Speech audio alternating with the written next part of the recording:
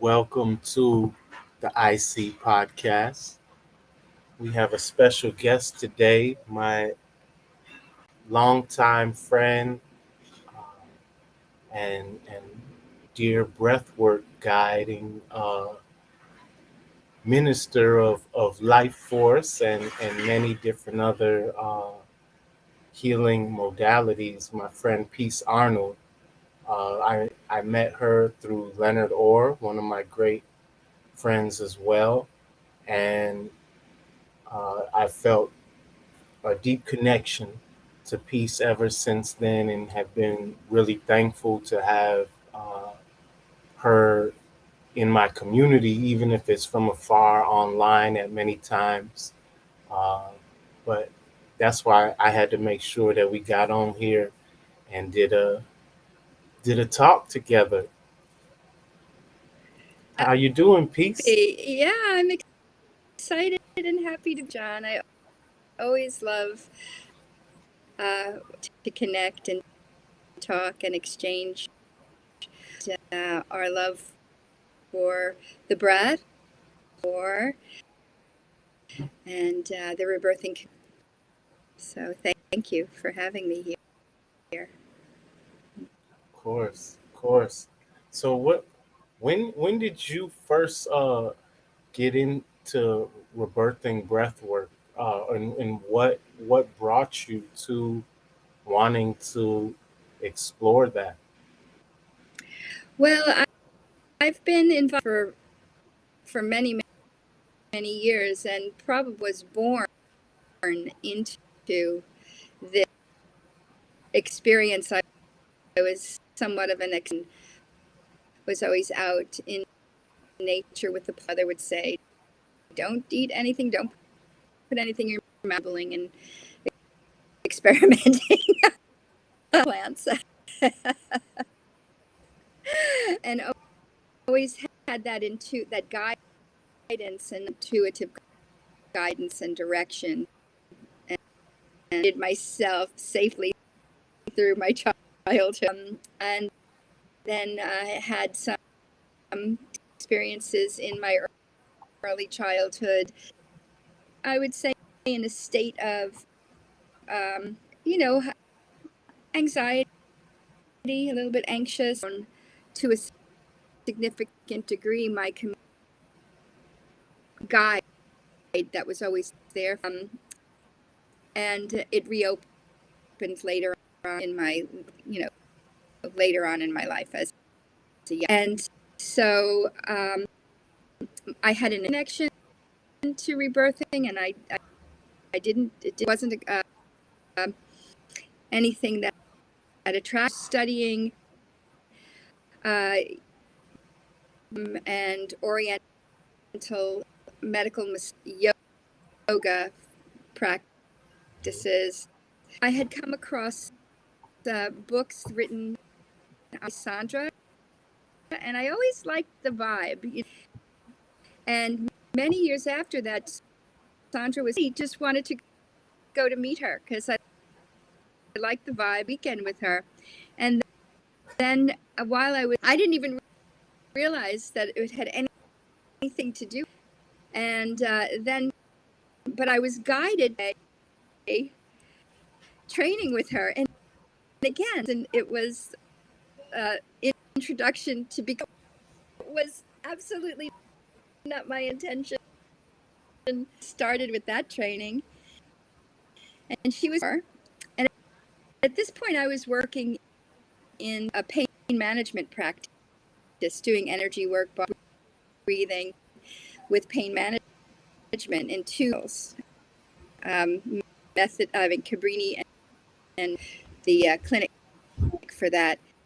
And we were talking about Leonard, and he exploring other things in New York City place, and I called a number for upstairs, answered the phone and said, "This is Leonard Orr." Or I thought you were in Virginia. I am. He had a center in New York and then Virginia, so I ended up speaking with him. I went down So that was into the very end of. I spent New Year's Eve with Leonard, his previous wife Isabel, and there. And then after that, I ended in 1 week a month, 5 days property in the Dooney, living with 5 days every month. Leaving New York was an extraordinary experience with fire. Nothing that I expected it would be. Such an incredible education and experience.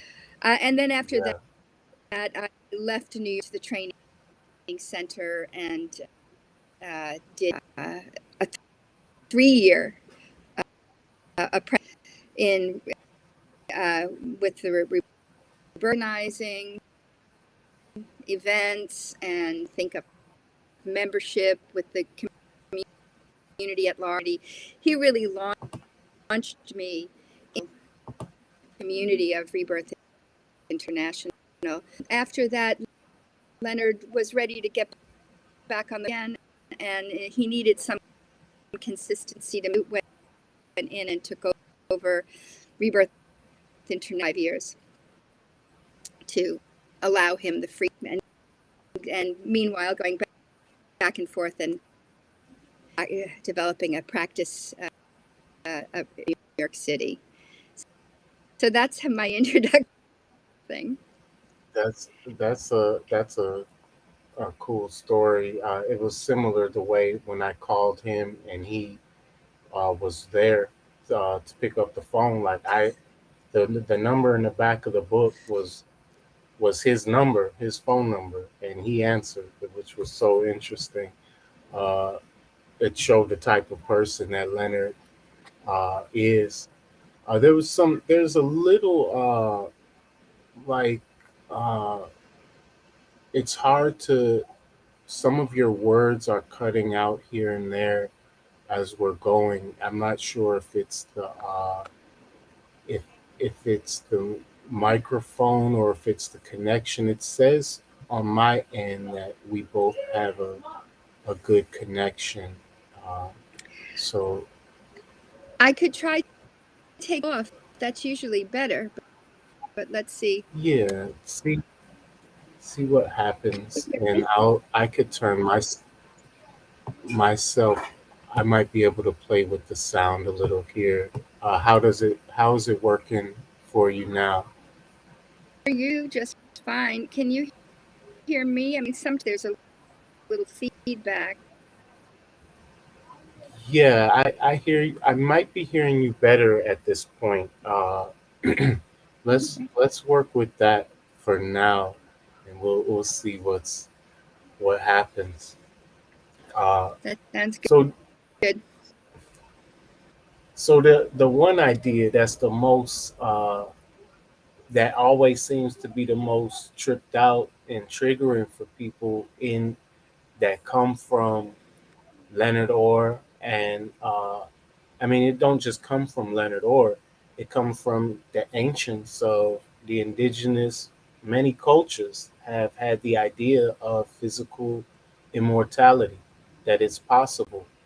Uh, what what do you know? Leonard has left his body now. That was really you know it was hard for me to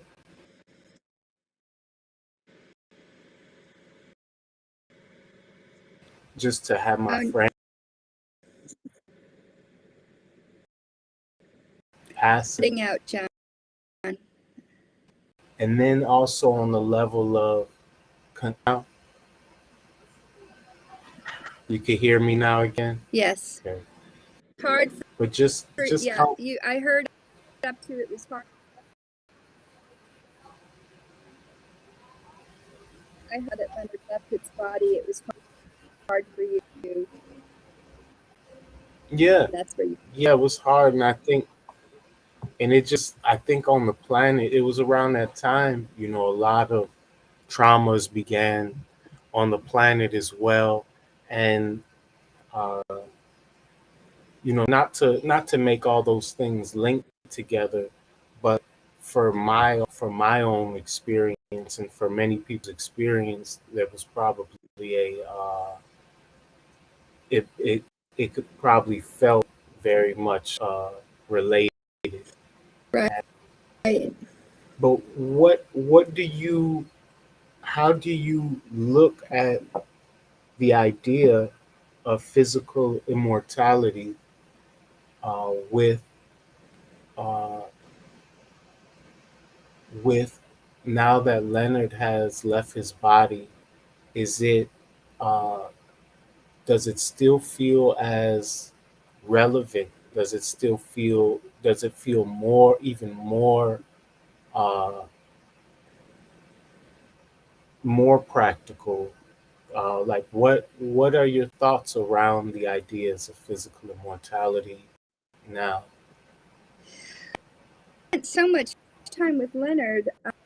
I read what he was trying to do, what he was in the process of doing. He his goal, his idea, working with was not only his uh, a common immortality to keep his body in this lifetime, but he was trying to human race with him when he could. So he was really, it was him working with these ideas, but really trying to pull the consciousness of humanity to that process of shifting and consciousness of humanity. So yes, he's working on his own, putting them into practice, and at the same time, he's out and sharing them and supporting people to knowing that we're all in this together. The more the consciousness of humanity, the more accessible, life-driven, enhancing, life-supporting ideas flourish and spread and humanity out of a misery of what we find. When you look at all the violence and the atrocities that take place, a lot of beauty. And so his whole work with our mind and our energy bodies is this, so that more and more people are enhancing consciousness as kind of contribution to the bringing a higher quality personal with us wherever we go. And that's what gift we can give, is a high quality person. He was working in not only on many, many other things at the same time, in humanity out of misery. It's cutting out. Yeah, I think the connection. So It might just be something with the connection. I'm not sure. Uh, I have a pretty connection. I'm in Manhattan with BIOS. I'm saying, yeah, I would think, and it says there's a good connection here. I don't understand why there does seem to be some weird glitch though in in this here. Uh, let's see if maybe we can use breath to move through the glitch in the computer. So I've been thinking about the pixies. Pixies means fairies, and then you have pixels, which are like the little bits that make up uh, the visual information. that we see on the computer. So I don't separate the divine from anything, not even from technology. I like to connect in there. So maybe we can breathe and tune in the spirit, and it will affect whatever's going on with the computer. And if it doesn't, just by doing a little breath, it'll give some time for us to share something that doesn't necessarily need to for us to talk a bunch. That's the cool thing. That's the cool thing about the breath. So what we'll do when I learned this from Leonard, this was from the book Breath Awareness was where I first saw it written. And then when I would be at the rebirthing breathwork trainings with you or out with Haika and different people in Sierraville, uh, often we would start the classes like this. And when I teach breathwork, because I teach it more than I even offer sessions, I teach these techniques because I feel that those arsenals are just as important. These tools are just as important as going through a whole session. They're they're all uh, worthy and help with our breath awareness. So we'll do some now. The first one is 20 connected breaths, and these things can get you high. Like we was talking about the DMT in the lungs, right? The lungs produce the most DMT in the body, according to one of the leading researchers on DMT. So we can tap into that through keeping the breath connected. So what we're going to do is breathe with no pauses between the incoming and outflowing breath, and we're going to allow gravity to exhale for us. Like when we breathe in, then we just let the air go out. But we really want to be breathing in when we breathe in. You don't want to try to hide from the inhale, like try to shrivel up or contract on. You really want to go for it. And also we really want to go for letting go on that exhale. So we'll do that 4 times, 4 short ones to get good with the connectivity. And then we'll do one big long one at the end to get good on a big expansive energetic breath. And then we'll do that 4 times, which will be 20 breaths, and then we'll see how we're feeling after that. Begin whenever you're ready.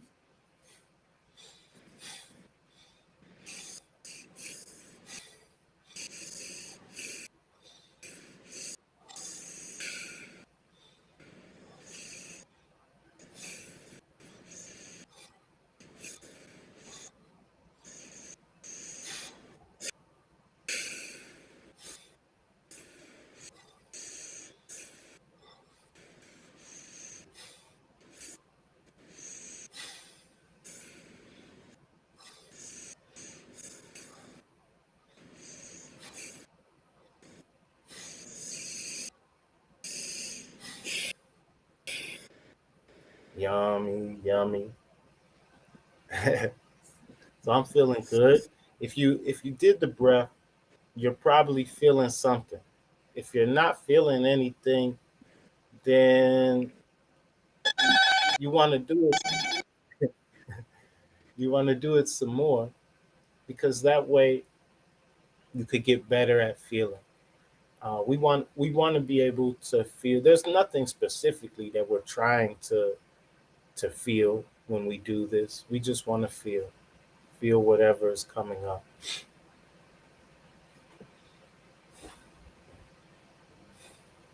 So now we'll go to the next one, which is we're going to leave our mouth open while we breathe in through our nose. We'll connect the breath 4 times, short breaths through the nose, then one long breath through the nose. And we'll do that 4 times, and that's 20 connected breaths. Again, yeah, all through the nose, but with the mouth open. So leave the mouth open and let's connect the breath through the nose like this.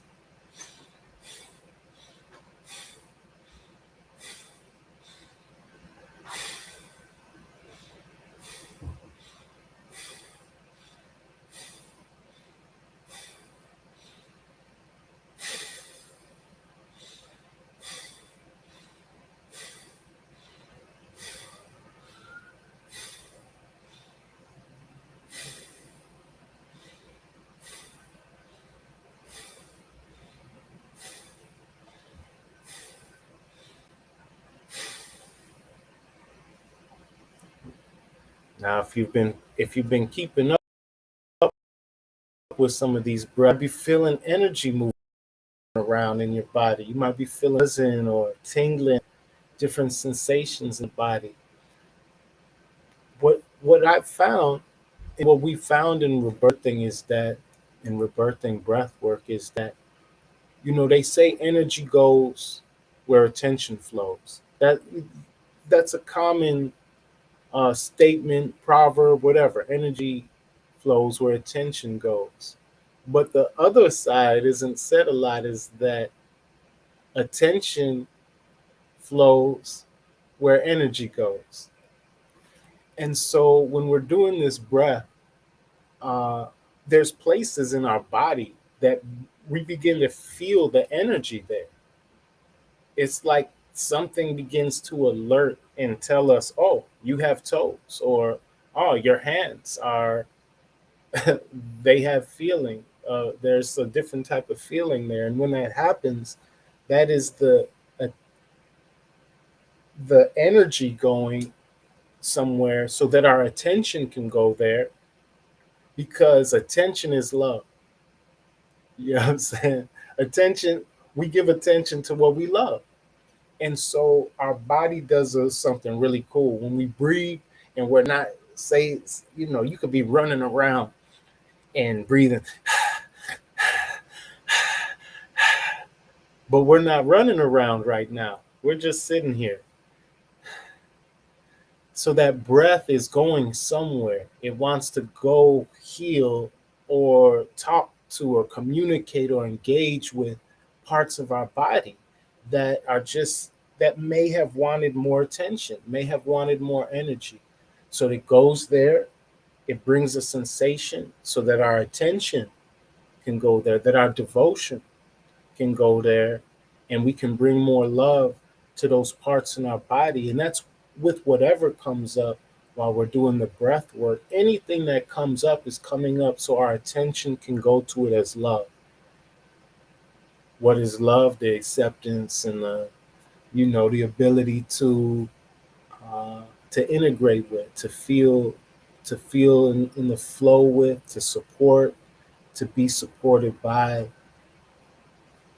So those are just a couple breathtaking. Let's see how the connection to the computer is now that we did some. Okay. So this is still without the headphone. Hear me? Hey, it's a little And better. yeah, you've been coming through loud and clear over that course of the breathing. Yeah, it's a little better. Like I can hear what you're saying, but it's still a little off with the video and the things. But That might have you used this app a lot? yeah, Let me I've done this put my maybe. headset back in. Did that Let's improve, see. or now you're breaking up? And I don't know if that's the headset or I one think it's I think it's okay. If you can hear me with the. fairly, yours is doing well enough that if we move slow enough, I think it will work. And maybe that's the message for today. Because I know that's one thing that Leonard Orr is someone that's really special to us. So you're gonna hear us mentioning him a lot in this conversation. You hear me mentioning him a lot if you take a breathwork class with me, and even in my music, he's featured in some of my music. But one of the things he was talking about a lot was that slowliness was godliness. And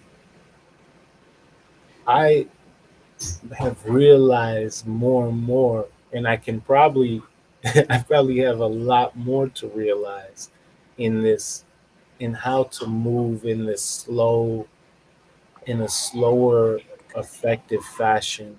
Like even with my speech, I do talk pretty slowly, but it can even be set up to be more intentional and more deliberate with the selection of the words, the selection of the way that we move our body around, why we're even going to move our body at a certain time. Yes, and my tendency is practice and challenge. Yeah. So with the physical immortality, when I first um, was down to Virginia for that first time to do my first, I called him back to say, I don't know how I feel about this idea to be a, a problem.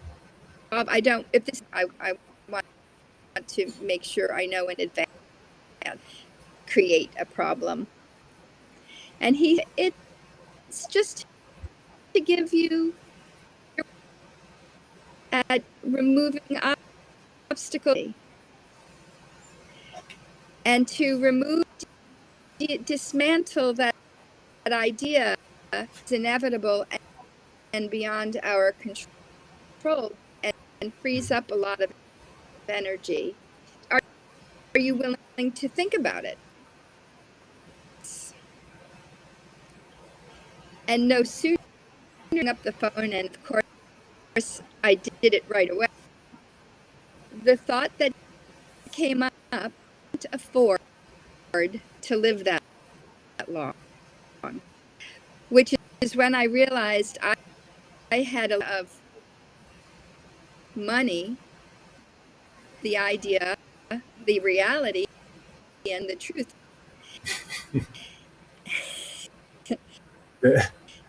Yeah, you. I remember when she said because some it's getting choppy here, so some of it's coming in and out. But I'm thinking that you were talking about how you didn't have enough money to live forever. Like how were you going to even support that?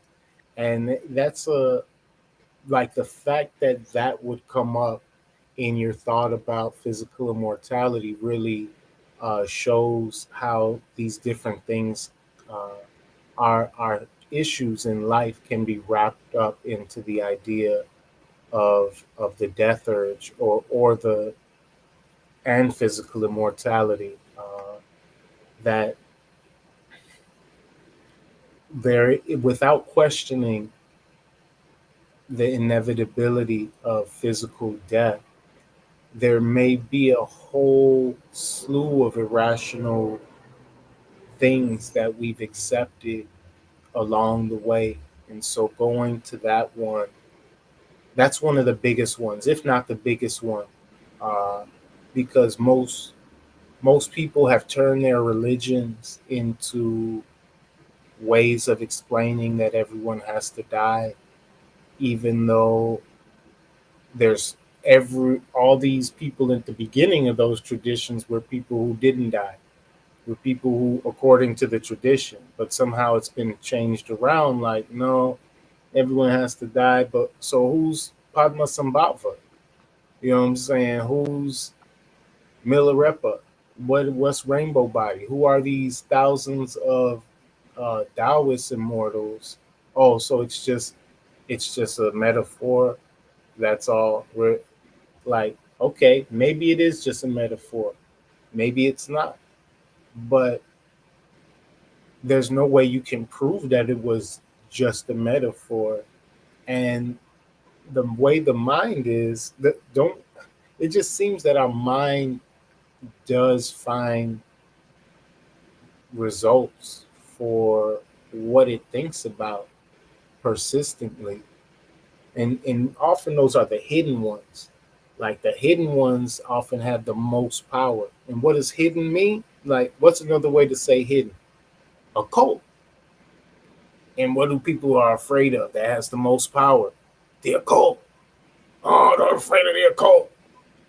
But it's the occult that has the most power in your life, your hidden subconscious, and you hiding from it because you're scared of darkness. Woo! Who is well? When I work in my seminars on mortality, which are often one, but can be done in a meaning, I include a explore taboo, power in taboo, locked up, and do this because I realized that there's a around physical immortality, the idea connected with some uh, anti-life, could wanting to live longer, better, be an anti-life. You don't have to hurt anyone else, and yet a lot of people, for money, people, you know, uh, but that's not considered to look at as taboo. I think we need to examine these things more. We do, because it's it's like if I say physical immortality, someone has said those words just will make someone get upset. They'll think you crazy just for saying the words. Now let's go to the other side of it though. Say you want someone who wants to harm themselves and take themselves out the box. Is that mentally healthy? I like that's like the most psychiatric thing. Like they're gonna throw you in a hospital if you walking around saying that I'm about to take myself out. Like that's insane to want to harm yourself. And so let's look at this. If we are healthy, if we are happy, if our relationships are good, why would you ever want to leave? Why would you ever be ready to die? If you're healthy, you're happy, and you have good relationships. And so, what if it's just the bad relationships that people have, and the bad health that we foster, and the bad mental states that we harbor, that are some of these sources of wanting to die? And I find wanted to share.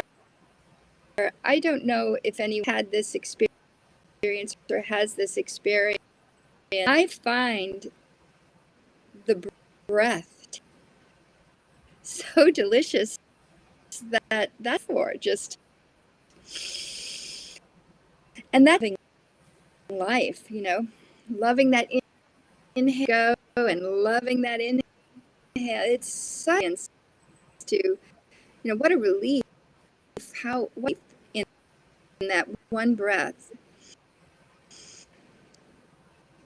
That is, it's just one. Yeah, all we need For is one. to live for. Yeah, and then the one goes into the next one, and it's always just one breath. The Mm-hmm. breath can teach us about oneness and the many, because it's just one breath all around that we're breathing, but it's so many breathers taking Yeah. different breaths at a time. Breath is it's the oracle as well, and this is the one that goes avoided. People would rather look to the stars, which are so far. They'd rather look to the cards, which, you know, who knows how to interpret those things. That we can use someone wrote a book and said how to interpret it. Like the breath is where we actually can hear and feel what's going on in our mind and body, what we are going to produce in the future, or how we are taking what's happened in the past. It can all be read in our own breath. And and the thing is, it doesn't have to be read like intellectually, logically, where you're like, oh, so this means that. No, you just read it by feeling, and you go to the pure joy. You go to pure joy with the breath, and you hang out there, and that clears those things instead of having to analyze, do all the analysis Yeah. of all the things. The breath take care of it. Mm-hmm. When I think about how that wisdom guidance flowed through me as a child, 4 and 5 is what I remember. It's just has that. I think so. If I that, and I can remember when it to the minute to the moment, then perhaps everyone shuts down, and that's much in conflict with what's going in there. And for me, it was fear. That wisdom, what that wisdom was telling, and then what I was experiencing in my, you know, just I was in my head to block out the voice of guidance. Maybe we've all done that. Who haven't continued to receive them. Yeah, it's always as simple as a breath, to where the guidance is always there. Sometimes it's hard to relate with it, or hear it. I remember when I was going through a long trial, court trial, and I had uh, and this and I wanted to rebirth myself, and it, like, for almost that whole year, my breath felt so shallow, and it felt so I felt so constricted, and like there was so much fear, even after I uh, had got to the point of experiencing great things with my breath. It was like a reverting, and Mm. so the things that happen in our life, like the traumas, I felt the trauma that happened in my life constrict my breath in real time, uh, and I think that was beneficial to feel, because I was able to actually see how it happens. Right. My sense of from the or my experience has led me to stand for myself, at least, that the silence that are the silence silence, the receptivity, running of thoughts and ideas, old thoughts, old beliefs, old fears, silent, which is being connected to the breath, to be very deeply feeling and experiencing the breath and embodied. You are the breath. You're the breath moving through the body, moving the body. Receptive mode, and that receptive is quiet and fully embodied is maybe what the athletes call the zone. You're everything is happening from what you've already built in, what you experience, what we're born with, and what we've trained. So to quiet the mind, receptivity mode, fully embodied, the that internal flow of knowing, that aspect of us that can take all this stimulus much faster than the brain says, So Mm-hmm. and away from fire, and reflexively it happens. Mm-hmm. And I'm a place when we quiet the mind. Yeah, the mind is a fun relationship where the mind is, it could support us and be there to build upon the things we want to happen, or it can support the things we don't want to happen because that's what we are thinking about.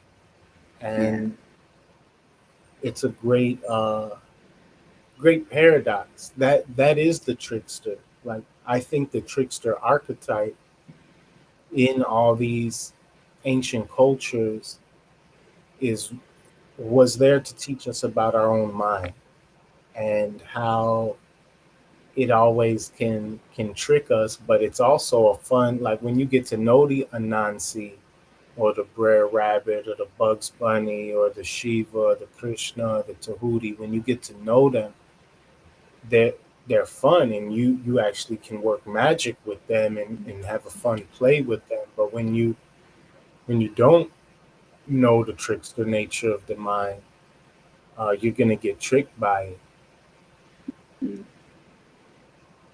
Absolutely. Yeah. So physical immortality, well, what Leonard would say is we all, and even if we go through as the doctor I said, sometimes it's reincarnation that people are not going to make that shift in this identity body. Mm-hmm. Say that early on I had shared an experience I had with Swami Sach, and I won't go into the details of that experience. Clearly he was a master to a significant, and Leonard asked me, he would work with questions a lot. Why Swami Satchidananda? And I just tuned in again. I wasn't listened. And what came spontaneous, he needed to get away from his followers and acceptable exit. And for who built an ashram or a Satchidananda did, in order for students to take over and continue his growth and develop uninhibited, from being pulled back, he had no choice but to move forward. And Leonard Mhm. was always saying he wanted the rebirthing spiritual adults. And I am that Leonard intentionally said, can become spiritual adults. That was part of, you know, he under that death as was a social exit. And I is mission Leonard's personal. He was interested in levitating. He was interested in dematerializing, and um, this lifetime was about building this community. That's how I see it. Mhm. Into the mountains, he did not of immortals and focus particular physical body, Mhm. doing the best he could with the he was incorporating while at the same traveling the world, knowing three yogis who had the immortal yogis separating humanity. He did not do that. Something he observed, just like he observed bathing twice a day to food and yoga and breath, that, and he incorporated it into his, did not incorporate going off into and leaving everything behind him. He was aware of that, wasn't he? Mhm. For sure. Yeah, it definitely, you know, participating in the world, participating in things can surely, uh, it there's a lot getting spread around. I mean, he said the biggest biggie, or the biggest thing that is is in a way is the energetic emotional pollution, or other people's energy, and there's a lot to be understood about that. Still now, I don't think that concept is explored as much as it can be. uh, the fact that everywhere you go, no matter what, no matter who you interacting with, there's gonna be these exchanges of energy, even if y'all don't talk, even if you don't see each other. You could just be passing and around each other. There's these effects of energy, and it's almost like when we're dealing with the thing called karma, there would be no way you would ever be around or attracted to that, or that attracted to you, if it didn't need to be. So anytime we're taking on or coming into contact with another person's energy that may be heavier, or clouded or polluted, which is all day. It is, and that's not to make it wrong. This dirt is dirt. God made dirt. Dirt don't hurt. It's the truth. Mm-hmm. But if you bury someone in dirt and keep them buried in that dirt, most likely that dirt is gonna hurt. Or if you let that dirt get hard into like rocks and throw it at someone, it's gonna hurt. But Mm-hmm. just the dirt itself doesn't hurt. And so knowing how to participate in the dirt, knowing that we wouldn't be taking on others' dirt if we didn't have dirt that we need to also deal with, it wouldn't come there. Like some say, it comes to where, if you're just super pure, then all the dirt, you're going to take that on. But the thing is, in karma, there's a reason why you would have to take that on. You've had to put something out into the universe or before shot some type of arrow out that is coming back for you to even come around someone's energy, that whoever's energy, whatever way you want to describe that person's energy. And I think that part of energetic emotional pollution is something that needs to be explored, is that it's always a healing.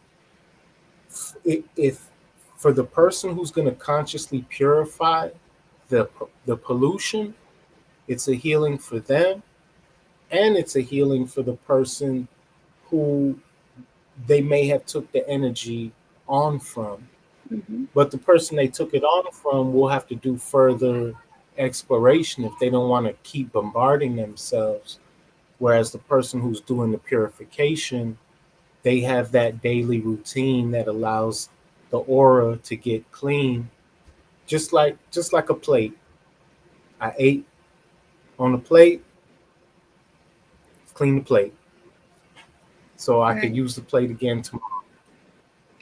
So basically, at the subtle level, at the so cause and effect of your ball example, but this is cause that it's coming back in a bigger way.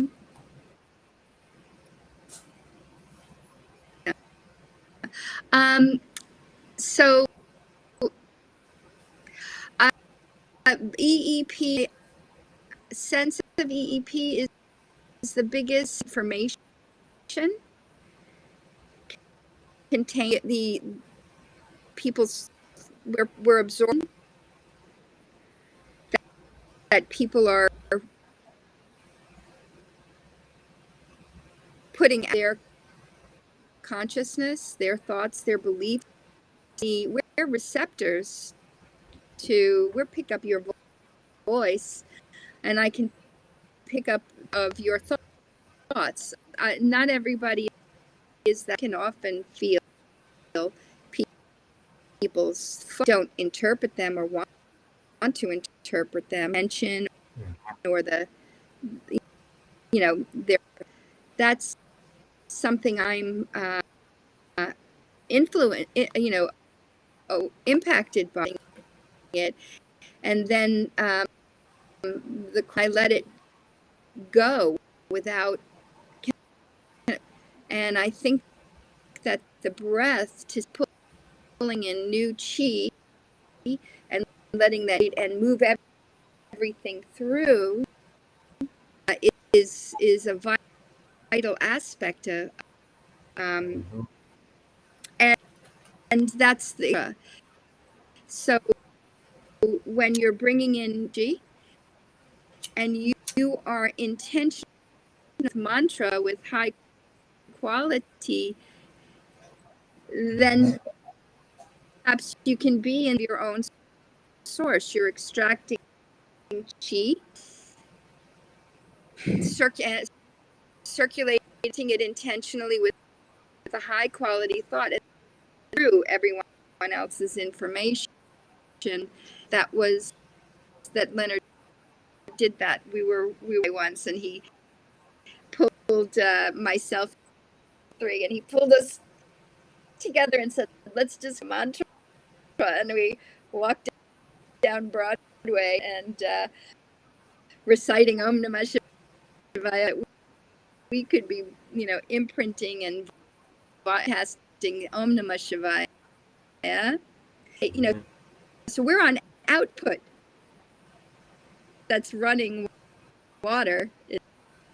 Nothing, no spiders. You're running your own. You're running your own. I'm cycling in my own energy. So that is a way, one way. If you and I have had a remarkable New York City subway with the Durga mantra. When I would be on the subway, was very deranged, and but as soon as the train would start, we start reciting the Durga mantra, and after a while, I would look at him, and or them, a man, but they'd calm down and what's happening? They couldn't figure out, and then the train would stop, and they're sitting there perfectly quiet. Power of Wow. mantra. The sort of mantra soothe the people in the environment just without even saying it aloud. It was so soft and my lips, and the sound of the train is very could be heard over the. It's like it backs up the train, like can back up the vibrations. That's another thing. Like anytime that we hear uh sounds that are feel inharmonious or whatever in our environment, we can just chant and attempt to tone with it and provide the tone that is missing so that it can sound good. And that will actually, then that sound is supporting a sound healing in the environment. Right. Harmony. So And I do Leonard that with used the to do landscapers. that. I do that. What did you say?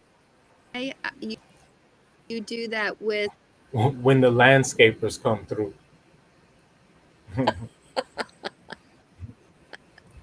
you to do it with the news. I came in once and said, "How could you?"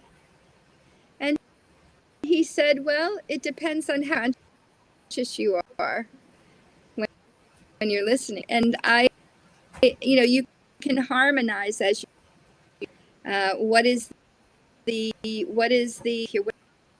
healing? How do I take this vibration Yeah. and what do I to a harmonious?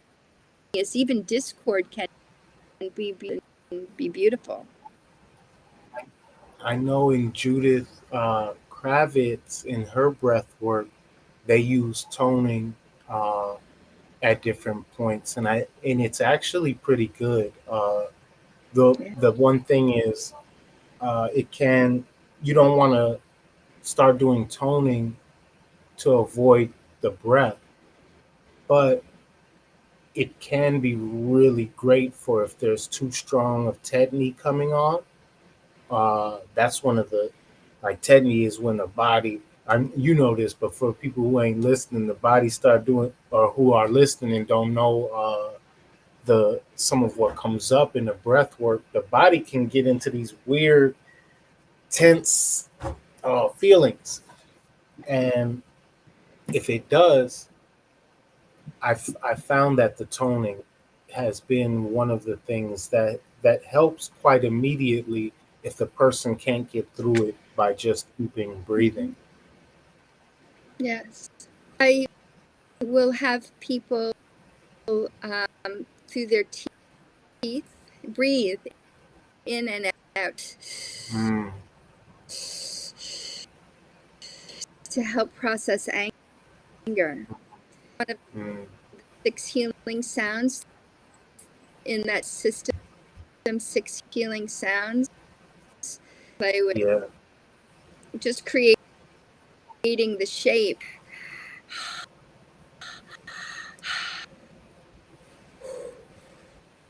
Yo. As not the whole time, because we're mostly doing, I need to shift them to the mouth Mm-hmm. and have them do, not to make the sound, but to let the sound. Share that in case you'd like to play with that. Yeah, that sounds good. I definitely that's one of my main, like, things I'm contemplating now. The 6 healing sounds. So to incorporate it to the breath, just with the shape that the mouth would make, is good. Uh, but yeah, I would. We got to do this again when we have a better connection, and maybe like we'll figure out how to share some type of uh, like a specific thing that we share in breathwork. Maybe a piece of the prosperity uh, talk or something Oh, that's shared. This yantra, his new yantra. thing. Yeah, he loved popping up whenever I'm live now, trying to get his little moments of celebrity.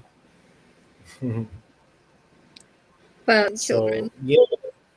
yeah, I love him too. We about to go to the greenhouse, to the Garfield Park Conservatory. So have some good outdoor indoor time.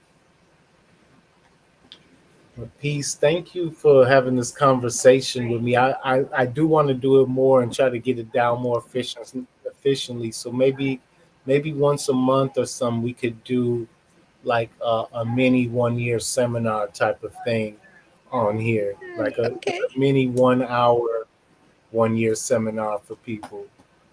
That might be cool. Well, John, I would love doing that. Thank you so much for having me here. Our adventures in the future. Yeah. But I gotta link up with you either in Virginia or up in New York, like within the next with at least 12 months or something. We gotta link. That would be awesome. Right Yeah. now, going to be building behind me. So it starts, I'll be in Virginia. But Okay. until then, Okay. I'm in New York. Okay. Well, yeah, we'll stay in contact. Thank you again for making time. And anyone who is in on the East Coast, if you do want a personal breathwork session, like in person, Peace would be a really good person to link with or just connect with as well for any resources in rebirthing breathwork. Uh, Once again, thank you for tuning in to the IC podcast and for sticking around while we've been a little choppy. That everyone who's been in here, you must have really, really cared about the things we were saying and felt some type of connection. So I thank you for that. And yeah, we'll breathe together soon, y'all. Peace.